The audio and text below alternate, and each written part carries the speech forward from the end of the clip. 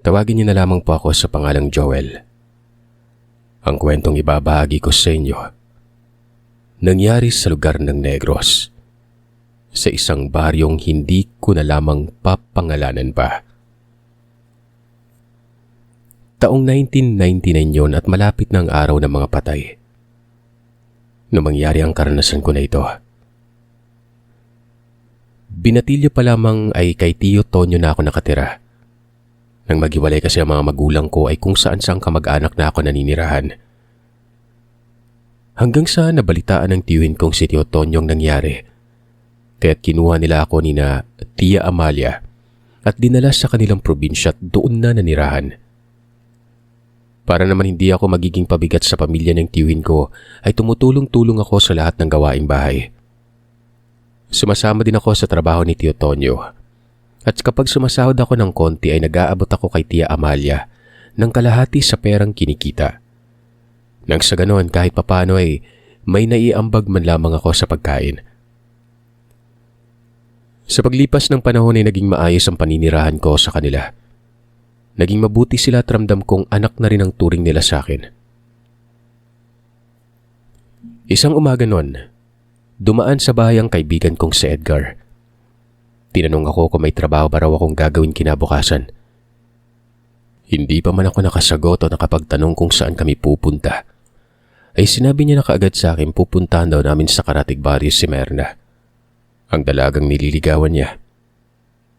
Ano? May lakad ka ba bukas? Sabi kasi sa akin ni Merna may handaan daw sa bahay nila, kaya hindi pwedeng hindi ako dumalo.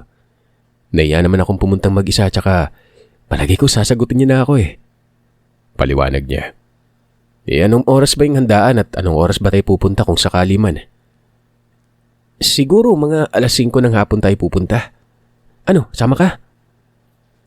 Sinabi ko sa kanyang kapag maaga kaming nakakauwi ni Tio Tonyo ay sasamahan ko siya noon. Pero kapag hindi, ibang kaibigan na lang namin ang isama niya. Umiling-iling ito at nagwikang dinaanan niya ng ibang kaibigan namin. Lahat sila ay may kanya-kanyang trabaho. Sige na, sisikapin ko maaga makauwi bukas para masamahan kita. Pero magpapaalam muna ako kay Tia Amalia kung papayagan ako. Kakamot-kamot sa ulong sinabi niyang bakit kailangan ko pa raw magpaalam. Gayong yung tanda-tanda ko na umano. Magbibente na raw ako sa susunod na buwan. Pero nakapdepende pa rin ako sa tiyahin at tiyuhin ko kung papayagan o hindi tuwing may lakad kaming magkakaibigan. Alam mo tol, payong kaibigan lang ah. Medyo bawasan mo yung pagiging mabait masunurin mo sa kanila. Marami pa naman ako nababalita ang unang kinukuha ni Lord ang mga taong mababait. Sige ka, baka mamaya niyan maaga kang kunin ni Lord. Baliw, umalis ka na nga't may gagawin pa ako. Istorbo ka eh. Hindi umalis ang kaibigan ko at salipay nakipagkwentuhan muna siya tungkol sa dalagang nililigawan niya.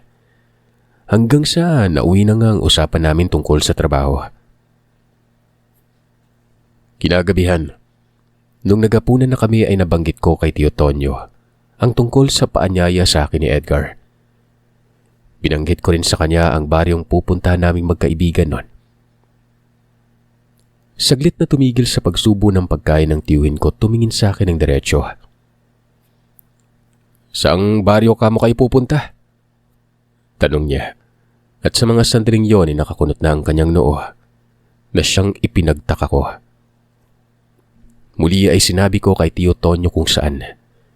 Binanggit ko rin sa kanyang handaan ang pupuntahan namin dahil sa naimbitahan si Edgar ng kakilala niyang nakatira sa baryong ito.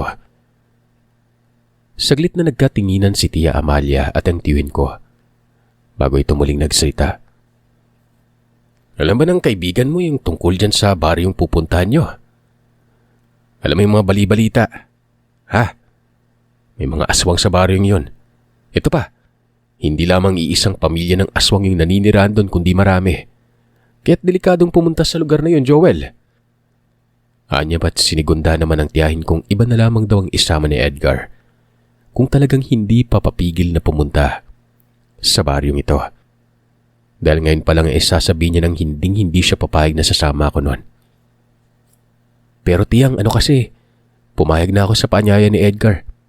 Nakakahiya naman doon sa tao kung kung di ako tutupad sa usapan. Makinig ka na lang sa Tia Amalia mo, Joel. Hindi sa pinaghihigpitan ka namin ha. Malaki ka na at nasa tamang edad ka na. Pwede ka na ngang magdesisyon para sa sarili mo eh. Ang sa amin lang, inaalala lang namin ang kapakanan mo.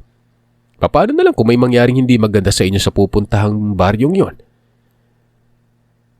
Dagdag niya pang wika. Marami na umano ang mga kabataang napapahamak doon. Kung kaya't iniiwasan na ng karamihan ang baryong ito. Ayaw ka naming mapahamak. Sana makinig ka kay Tia Amalia mo na lang. Sige po Tiyong. Sabihan ko na lamang po si Edgar na hindi ko na siya masasamahan bukas. Kinabukasan nga bago ako pumasok sa trabaho. Dinaanan ko muna si Edgar at sinabi ditong hindi ako makakasama sa kanya. Nagdahilan na lamang akong gagabihin kami ni Tio Tonyo sa trabaho dahil may ililibing na bangkay ng araw na yon. Nga pala Sir Seth, hindi ko pa pala nabanggit sa inyo kung anong uri ng trabaho ang ginagawa naming dalawa ng tiwin ko. Imbalsamador si Tio. Ako ang alalay niya. Kapag wala kaming pasok sa punerarya sa bayan ay sumasideline naman kami sa paglilinis ng sementeryo. Noon kasi kakaunti pa lamang ang nagpapaimbalsamo ng bangkay. Kumbaga tipong may kaya sa buhay, umayayaman pa lamang ang may kakayahang magpaimbalsamo ng kaanak nilang namatay. Kadalasan ay wala kaming trabaho sa punerarya. Kung kaya't para madagdagan ang kita namin, pumupunta kami ni Tio Tonyo sa kaibigan niyang sepulturerong si Mang Isko at tumutulong-tulong sa paglilinis at pag-aayos sa sementeryo, lalo na tuwing may magpapalibing. Mga nasa edad 50 pa lamang naman si Mang Isko, Sir Seth, at malakas pa sa kalabaw ang pangangatawan niya. May mga pagkakataon pang ang pinapabantayan sa amin ng kaanak ang bagong libing sa loob ng ilang gabi. Noong mga panahong yun ay nauso sa lugar namin ang tinatawag nilang balbal noon. Ang sabi pa ng karamihan, kumakain daw ng bangkay sa sementeryo ang balbal, lalo na yung mga bagong libing. Minsan pang araw ay nadatnan na lamang ng matandang sepulturerong hinukay ng lupa at bukas ng kabaong. Pero noong tingnan niya naman daw ang kabaong ay naroroon pang bangkay noon. Pero noong pinatingnan ng kaanak ang bangkay sa manggagamot, ay doon nalaman ng mga itong ang bangkay na nakikita nila ay isa na lamang katawan ng saging. Sinabi pa ng albularyo sa pamilya ng namatay ang isang uri ng balbal na aswang ang kumuha ng bangkay noon. Magmula nga ng kumalat yon ay takot na ang ilan sa mga namatayan at pinapabantayan nila ang bagong libing na kapamilya. Gustong-gusto ko namang magbantay dahil maliban sa may pamerienda at pagkain sa hapunan ang kaanak ng namatayan, malaki-laki din ang perang binibigay nila. Hindi na ako lugi ron. Tsaka sinasama ka naman palagi sa tuwing may binabantayan ako. Itong si Edgar. Kapag nga nalalaman ko mula kay Mang Isko na may kaanak na bagong libing ang makikiusap sa kanyang bantayan ng bagong libing, ay ako na kaagad ang magbubuluntaryo magbantay. Sang-ayon naman ang matanda gawa ng gustong-gusto niya na rin umanong magpahinga sa kinagabihan. Pagod na daw kasi siya sa maghapong paglilinis at pag-aayos ng mga puntod na binibisita ng mga kaanak. Kung kaya't minsan, hindi niya na kaya magbantay sa gabi.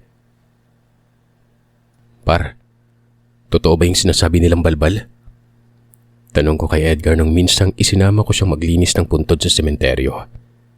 May sakit kasing tiyuhin ko't hindi pa nito kaya magtrabaho. Kung kaya't si Edgar na lamang ang isinama ko. Nako, nagpapaniwala ka na naman sa tiyuhin mo. O kaya sa mga tsismosa nating kapitbahay. Alam mo ako, hindi ako naniniwala hanggat hindi ko pa napapatunayan.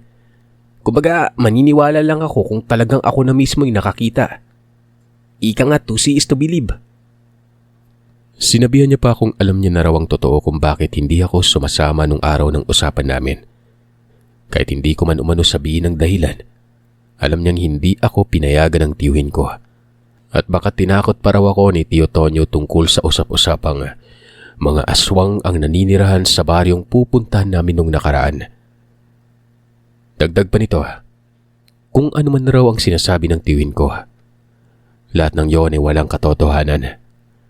Siya mismo ang magpapatunay na hindi mga aswang ang naninirahan sa tinatawag ng karamihang iniiwasang baryo.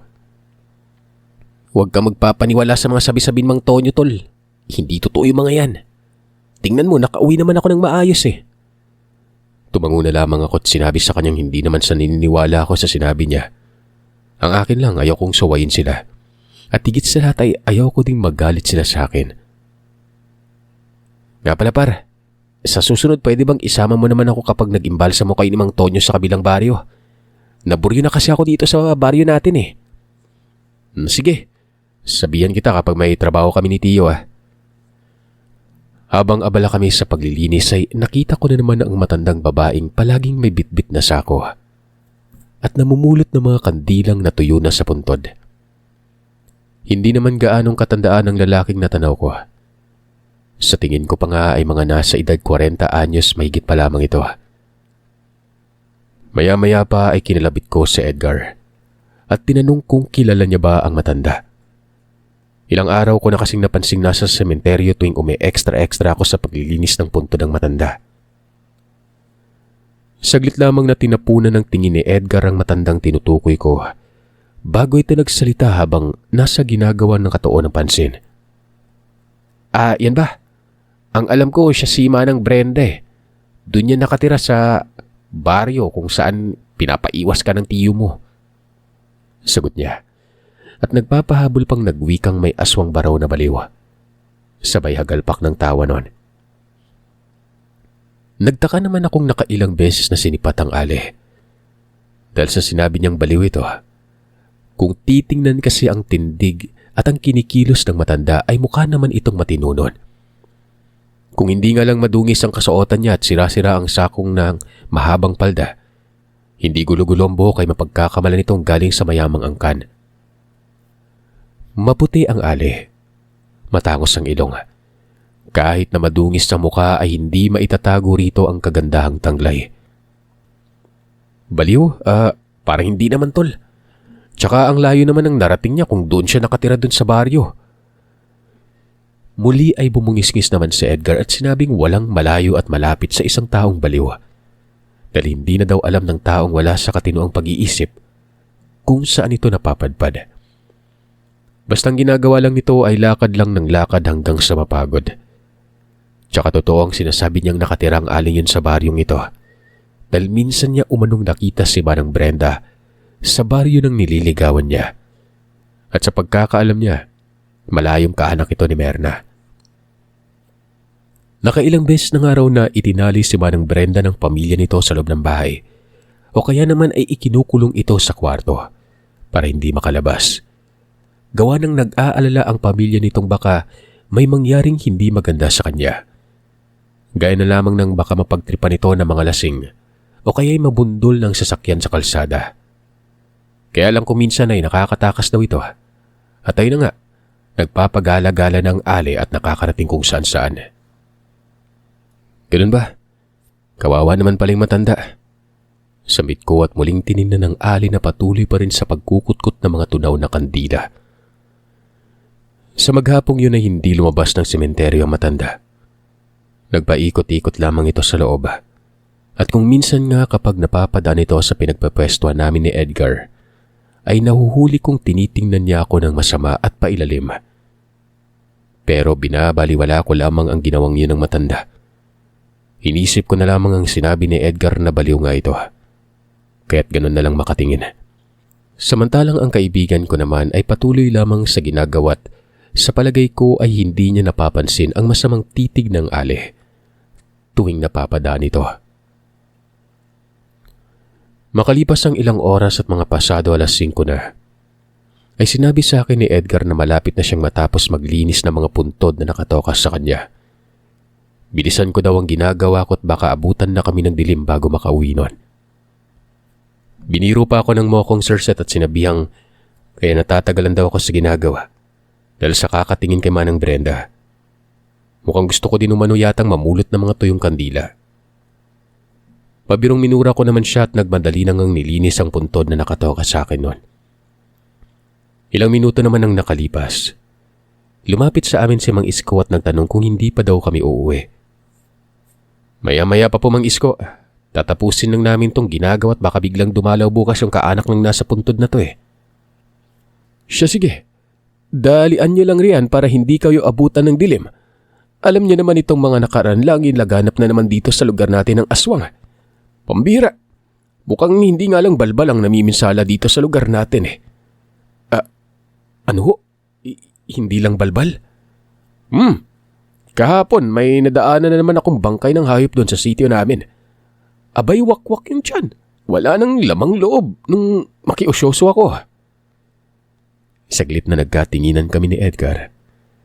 Lalo na noong sabihin ni Mang Isko na may namatay raw na sanggol sa sityong tinitira nito. At ang usap-usapan ngayong aswang ang dumali sa sanggol. Wala daw kasing sakit ang sanggol o kaya may dinaramdam. Basta bigla na lamang yung hindi na nagising. At noong suriin ay may nakitang kagat sa likuran at ulo ang sanggol na parang matulis na kuko na aakalain mong kinagat ng pusa. Pero ang pinagtaka ng pamilya ng sanggol, wala naman silang nakitang bahid ng dugo mula sa sugat. Hindi din umano nila narinig na umiyak ang sanggol kung sakali mang nakagat ito ng hayop. May nagsabing daga daw ang kumagat doon. Ang iba sigbin. Sinasabi din nilang tik-tik. Iba-iba. Dagdag niya pang saad, yung anak umano ng kapitbahay nilang paslit. Nitong nakaraang gabi lang rin ay umiiyak itong umuwit, halos hindi na makausap ng matino. Pero nung dalhin sa manggagamot para patingnan ay sinabi ng manggagamot na namarkahan umano ng aswang ang paslit. At mukhang alam niya na umano ang dahilan kung bakit walang tigil sa pangangatog ang katawan ng paslit na yon at hindi makausap na maayos. Matapos nga raw gamutin ng albularyo ang bata ay doon na nagkwento ang paslit at sinasabing hinahabol daw siya ng babaeng may nakakatakot na pagmumuka. Mabuti na nga lang at nakatakas siya at nakarating ng ligtas sa bahay nila. Kaya kayo kung ayaw niyong habulin bilis-bilisan niyo riyan at nang makauwi na kayo. Banat ni Mang Isko sa amin. Nagtawanan naman kaming magkaibigan at sinabi ni Edgar kay Mang Isko na subukan lamang umano ng aswang na habulin kami nito. Dahil talagang hindi siya magdadalawang isip na tagay nito gamit ng itak niyang pinangtatabas ng damo. Natawa na lamang ang matanda sa biro ni Edgar. Pagkatapos ay nagpaalam na itong mauna nang umalis. Sumasakit na raw ang bewang niya. Sige po Mang Isko, susunod na rin kami maya-maya lang. Malapit nang magdilim nang matapos ako maglinis. Kasalukuyang inaayos ko na ang mga kagamitan ko nang sa ganon ay uuwi na kami ni Edgar. Maya-maya ay may naramdaman akong napakalamig na hangin ang dumapo sa bato ko. Kasabay ng hangin yon ay ang sunod-sunod na bulong na parabang may humuhuning wakwak. Nagtaasan talaga ang mga balahibo ko sa katawan. Maski nga yata ka sa kailalimang buhok ng suot kong panloob ay nagtayuan din sa grabing takot na nararamdaman ko. Hindi ko ipinahahalata kay Edgar na natatakot ako noon. Napansin ko kasing nagpalinga-linga siya habang nakahawak sa batok. Mukhang pati siya ay naramdaman niya rin yon. Langya, tara na tol, umalis na tayo. Ayan ni Edgar at nagmadali nang isinukbit ang bag na pangtrabaho. Nung nasa labas na kami ng sementeryo ay saglit akong lumingon. Doon ay nakita ko si Manang Brenda. Nakatayo sa hindi kalayuan. Nakangisi ng nakakakilabot habang nakasunod ng tingin sa amin. Kasalanan to ni Mang Isko eh. Tuloy hindi ko mapigilang natakot kanina sa loob ng sementeryo. Sabi ni Edgar. Ano bang nangyari sa'yo? Patay mali siyang tanong ko nun. Ayon kay Edgar, naramdaman raw niya ang kilabot sa katawan nung nasa loob pa kami. Hindi niya alam kung bakit pero parang may malamig na kamay daw ang humawak sa batok niya at may bumulong sa tenga. Parang minumulto yata ako. Ikaw kasi kupad mo magtrabaho eh. Ayun tuloy, inabot tayo ng dilim dun sa loob. Sus, parang multo lang eh. Takot na agad. Mas matakot ka sa aswang kaysa sa multo. Makaraan ng ilang minuto ay tahimik na kaming naglakad pauwit parehong nagpakiramdaman sa paligid noon. Kinagabihan na, hindi ako nakatulog na maayos. Maya't maya akong nakakarinig ng kakaibang ingay. Nang marinig ko ang boses ng tiyuhin ko, Mukhang nasa sala ito ng bahay. Bumangon na ako at lumabas ng silid noon. Na makita niya ako ay tinanong niya ako kung bakit gising pa ako. Sinabi ko naman sa kanyang tungkol sa narinig ko. Kako, kanina ko pa sana gustong matulog, ang kaso nga lang, hindi ako makatulog dahil mayat mayang may umaangil sa labas ng bahay at may kumukutkot sa bubungan. Pambihirang pusa yung tiyo, nakakaistorbo. Seryoso ang boses ni Tio Tonyo nang sabihin niya sa akin na hindi umano pusa ang naririnig kong nag-iingay sa labas ng bubungan. Aswang yung nagpapanggap na hayop. Tingin ko na amoy ng pesting yun yung pinagbubuntis ng pinsan mo. Sabi niya. Sinabi niya pang hindi naman daw makakapasok sa loob ng bahay namin ang aswang dahil may mga pangontra naman na siyang nilagay sa kabuuan ng bahay. Bumalik na raw ako sa silid at matulog na. Gawa ng may trabaho pa ako sa sementeryo kinabukasan. Nalaman niya raw mula kay Mang Isko na may ililibing umano kinabukasan. Kaya tulungan ko ang kaibigan niya mag-asikaso. Isa pa, hindi niya pa umano kaya magtrabaho dahil nangihina pa siya at medyo nilalagnat. Tumango ako at muli nang pumasok sa silid. Kahit na napuyat ako kinagabihan, maaga pa rin akong gumising at agad nang nag-asikaso noon.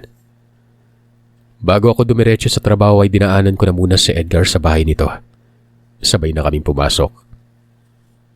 Nang nasa sementeryo na kami ay halos magkasabay lamang kaming dumating ni Mang Isko.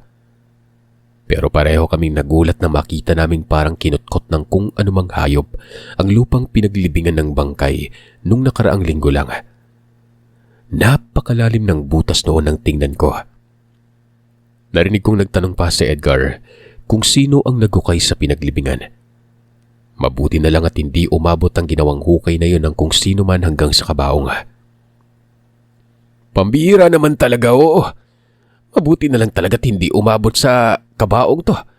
Yari na naman tayo nito. Sabi ni Mang Isko. Magtatanong pa sana ako kung anong klaseng nilalang ang may gawa nun. Nang sa biglang nagsalita si Mang Isko at pinaalalahanan kaming dalawa ni Edgar na dapat ay walang makakaalam sa nangyari. Dahil oras na malaman nito na may nagbutas na naman sa sementeryo ng 10 oras ng gabi. Tiyak, mayayari naman siya doon sa nagpapasahod sa amin. Hindi lang siya dahil paniguradong damay din kaming dalawa ni Edgar. Gawa ng kaming 3 lamang ang magkasama sa trabaho kahapon. Siya, sige. Ayusin niyo na yan at mag-iikot na muna ako para tingnan ng ibang puntod. Kagad na nga naming ibinalik ni Edgar sa butas ng lupa at inayos yon. Pambihira, ang aga-aga napasubo na kaagad tayo ha. Alang hiya, mahuli ko lang talagang gumawa ng butas na to, talagang ingungudgud ko siya. Isasama ko sa ginawa niyang hukay. Wala akong pakialam kung anong klaseng hayop man siya. Inis na sabi ni Edgar at padabog na nagtrabaho nun. Hindi ko na lang pinansin ang kaibigan ko. Binilisan ko na lamang ang ginagawa dahil ang sabi ni Tio Tonyo ay may ililibing sa kinatanghalian. Kailangan kong tulungan si Mang Isko sa pag-aayos. Matapos naming ayusin ang butas ay nasipat ko sa hindi kalayuan si Manang Brenda. Tulog na tulog ito habang nakayukyok ang sarili sa gilid ng puno nun. Habang tinitingnan ko ang matanda, ay napansin kong marumi ang kamay ng matanda at may lupa-lupa pang nakadikit. Maging ang laylayin ng palda nito ay may bahid ding putik na aakalain mong lumublob ito sa putikan. Saka pa lamang naalis ang tingin ko sa matanda. Nang marinig kong magtanong ang kaibigan ko kung anong klaseng hayop daw kaya ang naghukay sa lupa. Baka bayawak lang yun, naghahanap lang na makakain. Sabi ko. Sa pagdaan ng mga oras ay nakaramdam ako ng kakaiba sa matandang si Manang Brenda. Doon kasing may inilibing ng bangkay, ay napansin kong titig na titig siya doon sa mga paslit at sunod-sunod ang paglunok ng laway. Nagkataon ding sumagi sa isipan ko ang tungkol sa iniiwasang baryo. Di ba nga sabi ni Edgar, doon naninira ng matanda. Hindi kaya aswang si Manang Brenda? Nung isa-isa nang nagalisa ng mga nakilibing ay nilapitan na ako ni Mang Isko at sinabihang tulungan daw namin siyang maglinis kapag wala nang nakilibing nun. Napakaraming nakakalat na pinagbalatang plastik na pinagkainan ng merienda.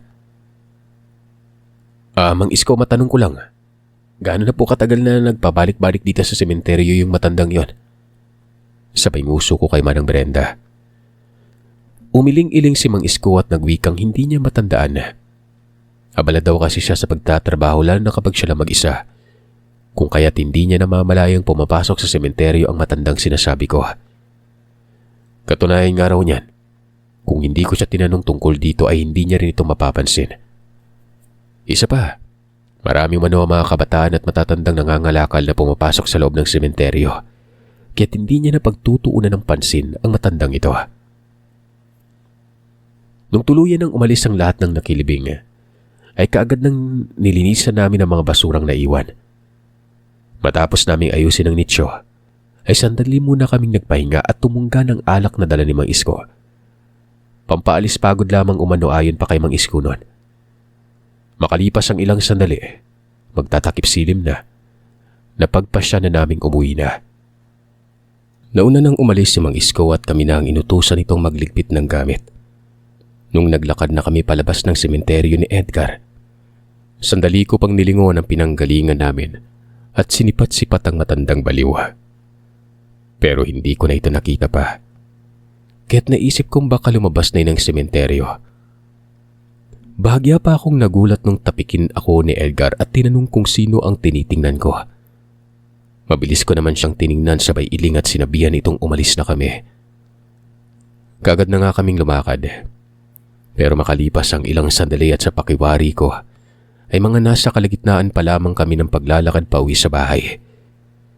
Bigla kong naalalang may naiwan pala akong gamit sa loob ng sementeryo kung saan kami nagpahinga kanina. Sinabi ko kay Edgar na mauna na lamang siyang umuwi nun. Babalikan ko lang ang naiwang gamit at baka mamaya ay nakawin yon o kaya ay mapulot ng kung sino mang magawi sa loob ng sementeryong ito. Sabay na tayo. Samahan na kita, balikan yung gamit mo. Dahil sa magdidilim na nga ay nagmadali na kaming maglakad. Habang ginagawa namin yon, panay pa yung biruan namin at nagkakatakutan pa. Naku, baka mamaya makita natin yung balbal na sinasabi nila. Yari tayo niyan. Oh, kala ko ba hindi ka naniniwala sa mga aswang-aswang na yun, Edgar? Bakit ngayon bukang bibig mo na? Natawa na lamang ako at tinanong siya kung ano ang gagawin niya kung sakaling mang may maengkwentro kaming balbal sa loob. Sinabi niya namang tatagain niya umano. Ilang sandali pa ay nakapasok na kami sa loob ng sementeryo. Nagmadaling tinungo na namin ang puntod na pinaglibigan kanina. Bagyang bumagal ang paglalakad namin nang may marinig kaming mahihinang pag-angil na sinasabayan ng pagsinghap. Para bang asong nag-aagawan ng pagkain. Kumunot ang noo at nagtatakang saglit na nagkatinginan kami ni Edgar. Akmang magsasalita na sana ako pero hindi na yun natuloy pa. Dahil sa nakita kong sumenyas ang kaibigan ko't itinapat ang daliri nito sa bibig. Nang ibig sabihin lamang nun, huwag akong maingay. Sabay sumenyas uling magpatuloy na kami sa paglalakad. Maya-maya ngay walang ano-anong nagulat na lamang kaming pareho ni Edgar at napaatras. Nang sa hindi sinasadyang matamaan ko ng dalang ilawan ang puntod na pinaglilibingan lamang kanina. May namataan kaming dalawang tao. Ang nakasalampak sa lupa't walang tigil sa pagkutkot sa lupa ang isa. Nung una nga'y inakala kong aso lamang ang nakita ko. Pero nung matitigan ko yon, tuon ko na pag-alamang tao ito. At mas ikinagulat ko ay noong mamukaan ko kung sino ang dalawang ito. Isa dito ay si Manang Brenda.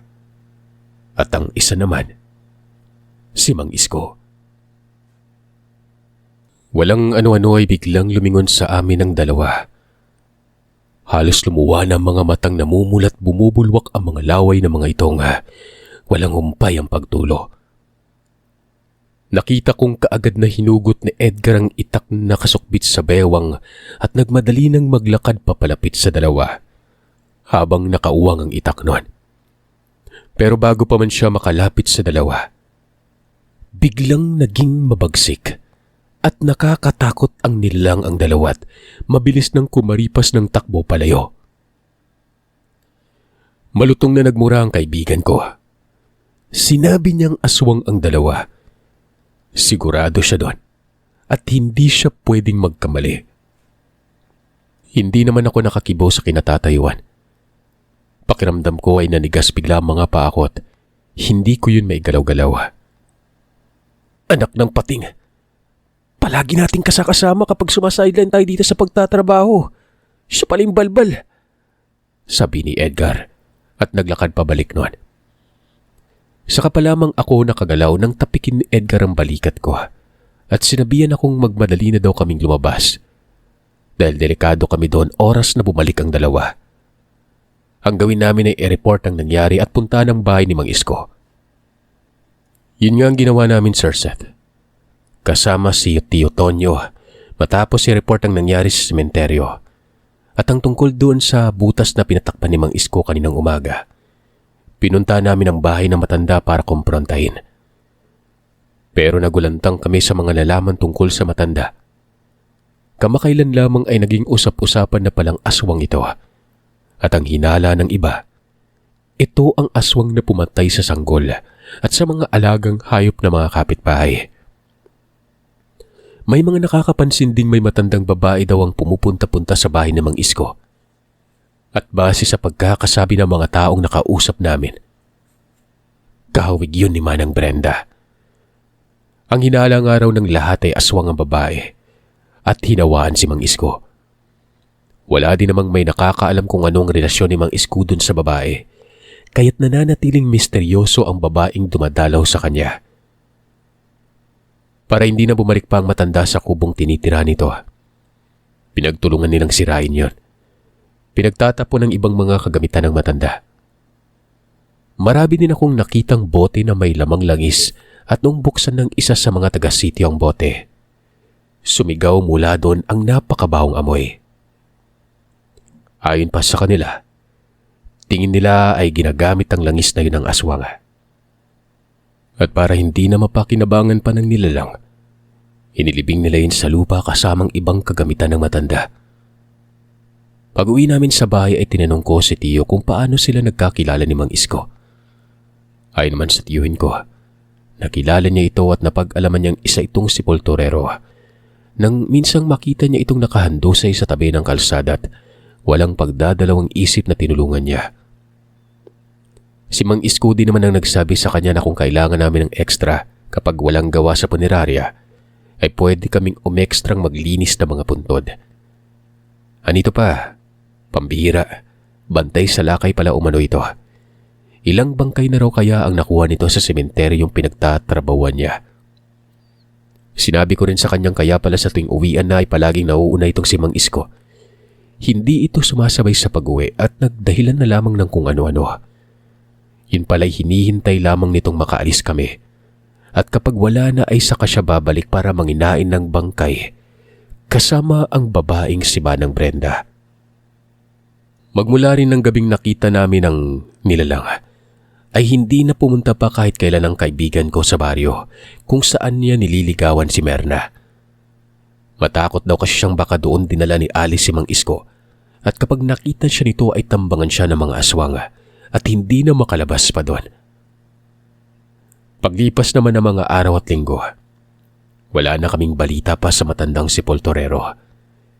Hindi na rin ito pumupunta sa sementeryo. Ni anino nito ay hindi ko na nakita pa.